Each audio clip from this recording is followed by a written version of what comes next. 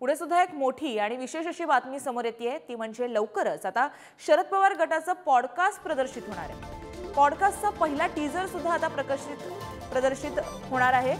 खासदार अमोल कोल्हे यामध्ये जयंत पाटलांची मुलाखत घेताना दिसतायत। 22 तारखेला याचं प्रसारण होईल आणि जयंत पाटलांची यामध्ये मुलाखत आहे।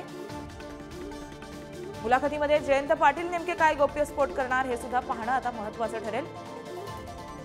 त्यांच्या वचन घोटाळा हा स्वतः माननीय पंतप्रधानांनी उल्लेख केला होता।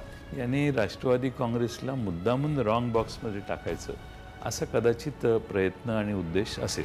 अजितदादा आणि तुमचे संबंध कसे? राष्ट्रवादीत जे काही घडले पवार साहेबांच्या आशीर्वादानेच घडलं। आपल्या कार्यकर्त्यांच्या मनात हा संभ्रम आहे, काठावरच्या मतदारांच्या मनात हा संभ्रम आहे। पवार साहेबांच्या हयातीत 25 वर्ष कष्ट राबून त्यांनी जो पक्ष उभा केला, माणसं मिळून वचन घोटाळा हा स्वतः माननीय पंतप्रधानांनी उल्लेख केला होता। यांनी